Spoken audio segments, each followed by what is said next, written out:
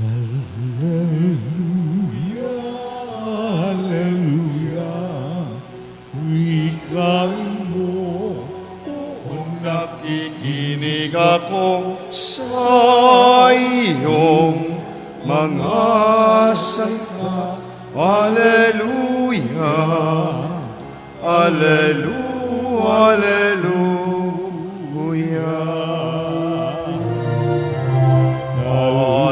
Hallelujah,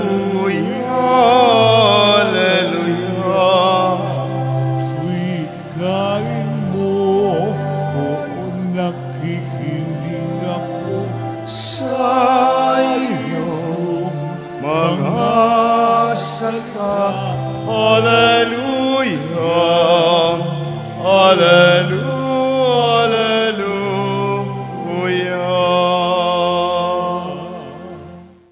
Sumainyo ang Panginoon. At sumaiyo rin. Ang mabuting balita ng Panginoon ayon kay San Juan. Papuri sa iyo, Panginoon.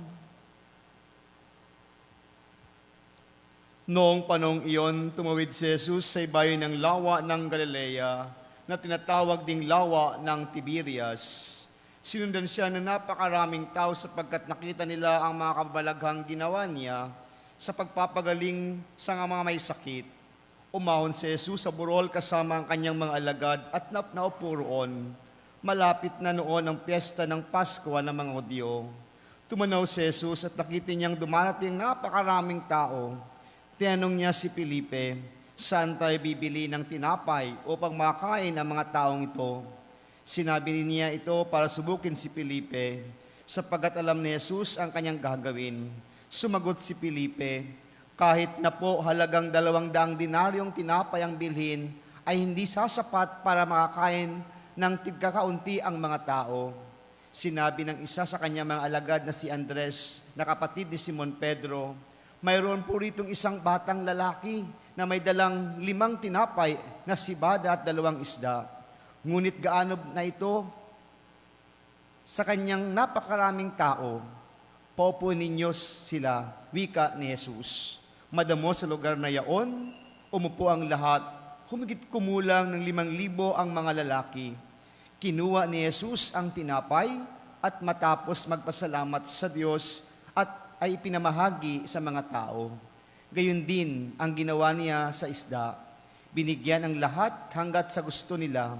Nang makakain sila, sinabi niya sa mga alagad, tipunin ninyo ang mga lumabis para hindi masayang.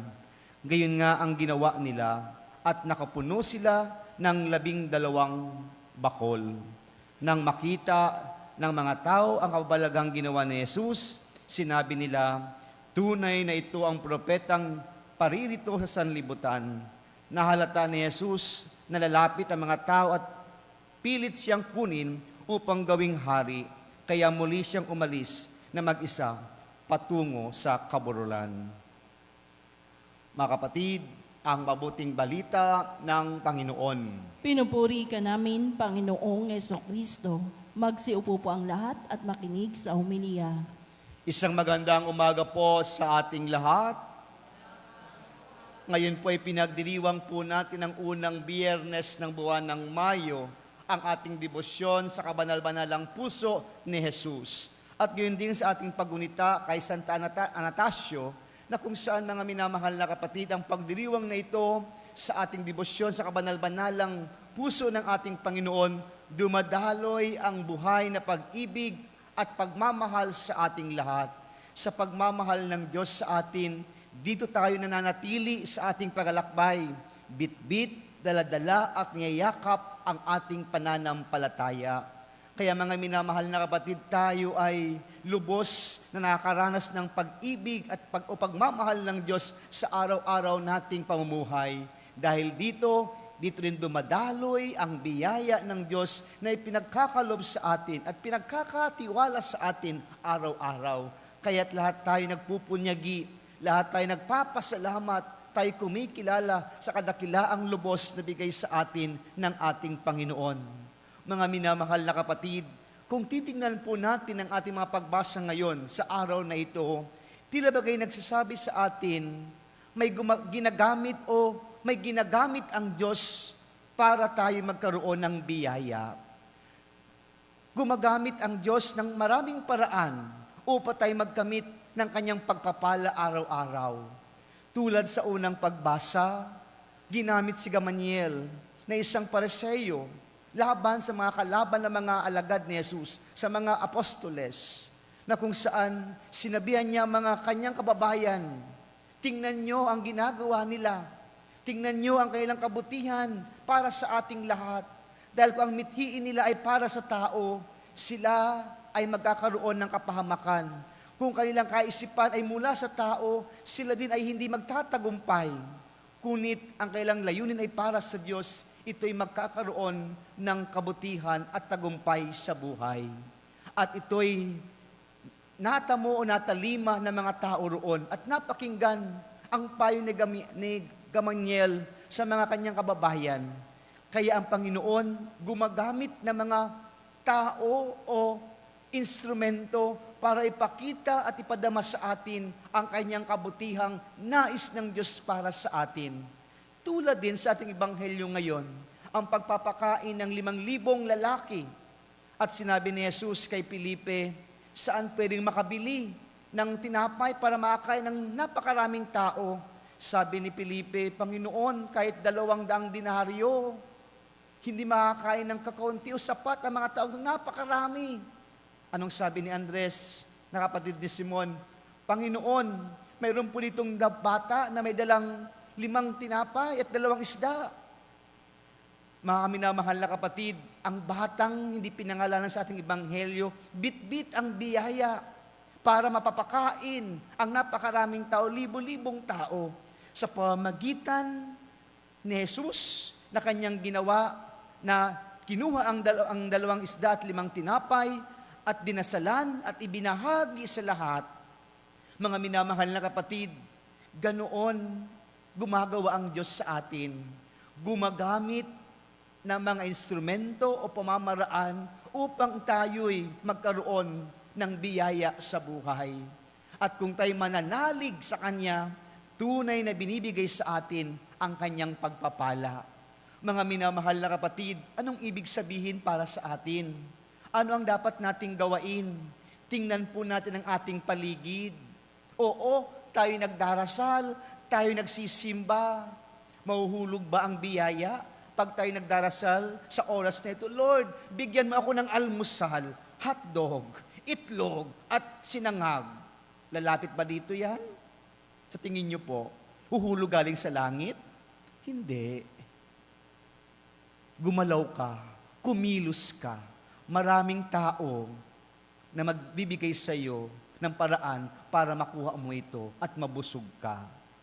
Mga minamahal na kapatid, kahit wala tayong pera o kasangkapan para makabili, pakikitungo sa kapwa-tao. Kung ikaw ay marunong makitungo sa kapwa-tao natin, papakainin ka, papatuloyin ka, bibigyan ka. Di po ba? Ang sinasabi sa atin ng ating Panginoon. Kaya mga minamahal na kapatid, lahat din tayo nakakaranas ng pagmamahal ng ating Panginoon. Kaya huwag tayong magmamagaling, huwag tayong mag-asta na kaya natin ang buhay. Oo, pero hindi ito panghabang buhay. Dahil kailangan din po natin sila para mapunan ng ating mga pangangailangan. Oo, nakakakain tayo ng 3 beses ang araw, pero may mga bahagi ng ating buhay na sila ang pupuno at magbibigay sa atin ng kasagutan. Hindi lahat tayo nagkakaroon ng kasagutan sa ating mga pangangailangan. Kaya mga minamahal na kapatid, anong hamon ng Diyos para sa atin? Ang ating pakikitungo sa kapwa-tao natin, ang ating buhay panampalataya, nagdadala sa ating pagiging isang pamilya ng Diyos. Kaya inaangkin ni Jesus ang mga ito at niyayakap niya. Ganito ang buhay na may kasama o may presensya ang Panginoon. Marunong magbigay, marunong magpakain, marunong humiling at bibigyan tayo ng siksikliklig at umaapaw pa ng Panginoon. Kaya mga minamahal na kapatid, sa ating buhay pang araw-araw at pangkaraniwan nawa, ang ginawa ni Jesus ngayon para sa atin, may kailangan tayo. mayroon tayong dapat mapunan sa buhay. Ngunit nagbibigay ang Diyos sa atin. Tatandaan po natin, walang imposible. Lahat posible sa Panginoon kung tayo naniniwala at nagtitiwala sa Kanya. Kaya sa ating pagdulog, sa ating pagpapatuloy ng ating pagdiriwang, sa ating pagninilay sa araw na ito, sa pagdiriwang natin ng unang Biyernes, sa kabanal-banalang puso ni Jesus, tunay na ibinibigay sa atin ang Kanyang pusong mahabagin, ang pusong mapagbigay at nagmamalasakit sa bawat isa sa atin. At ito ang ating panalangin araw-araw.